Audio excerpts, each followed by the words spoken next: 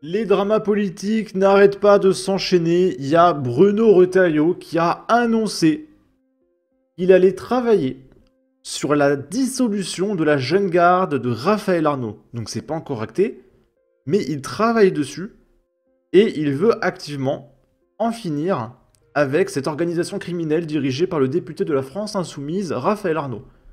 Et on va en reparler de ce monsieur. Le collectif Némésis qui répond « On ne lâche rien ».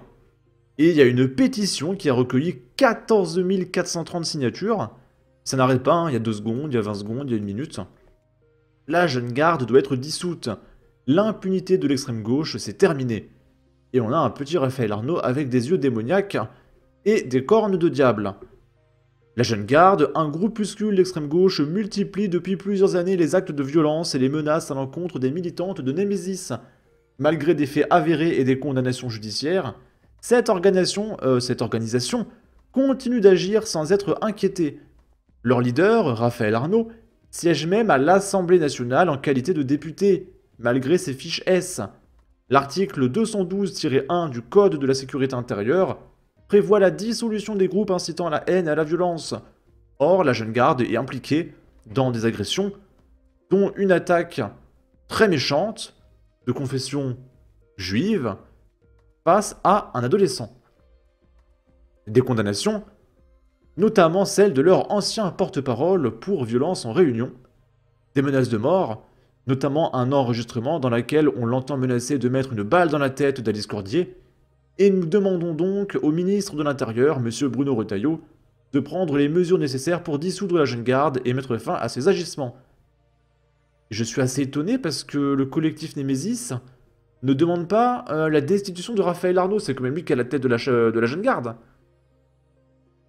Et donc on va dissoudre la jeune garde, mais laisser Raphaël Arnaud toucher ses 24 cas mensuels et parler à l'Assemblée. Et menacer les gens comme Frontières récemment. Signer cette pétition pour agir contre la violence et l'impunité de ce groupe d'extrême gauche extrêmement dangereux. On va écouter le discours de Bruno Retailleau.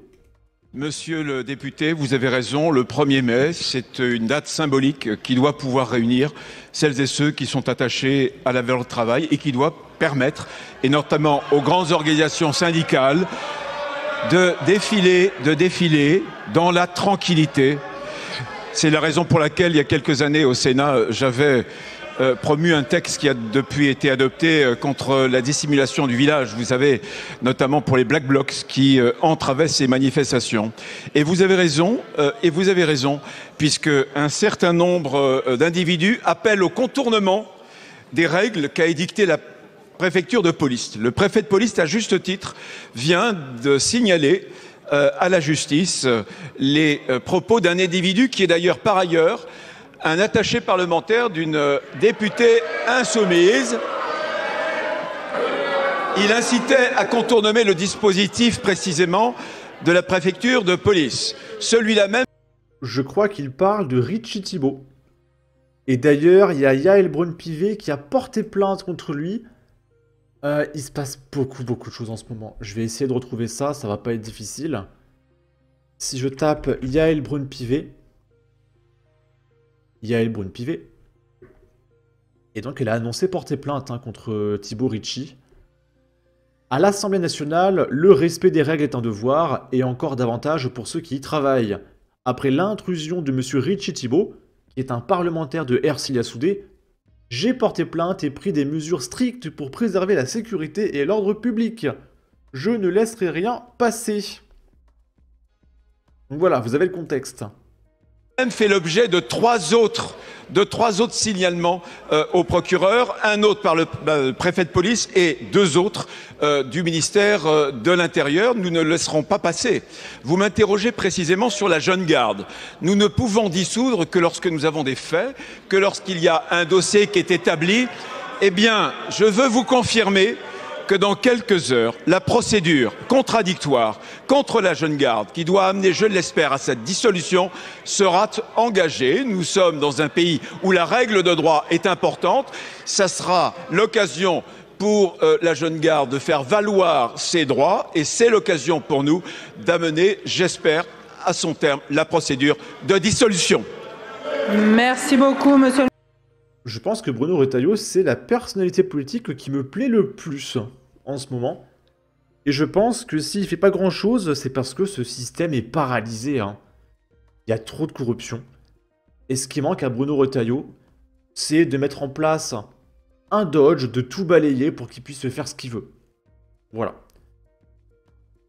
Et du coup, j'espère qu'il y aura, lors de l'audition de la Jeune Garde, le militant de Strasbourg, de l'Uni, qui s'est fait planter par un militant de la Jeune Garde, puisse témoigner. Et puis aussi tous les mecs qui se sont fait défoncer par la Jeune Garde. Et du coup, Raphaël Arnaud, évidemment, intervient. En plein milieu d'une bouillie très méchante, il parle du procès à Boubacar. Et sous demande du RN, bah oui, parce que vous êtes violent envers les militants de droite, Retailleau annonce engager la dissolution de la Jeune Garde. C'est un outil antifasciste indispensable dans la période. Non. J'ai rien à dire, non. L'extrême droite l'a bien compris et tente de nous détruire. Tout le monde devra répondre présent. Je sais pas, honnêtement, même la gauche, je sais pas si elle va te défendre, Raphaël. Hein. Parce que t'es vraiment le mec le plus dangereux. Avec Rima Hassan, vous êtes top 2 des mecs les plus dangereux du pays actuellement. Hein.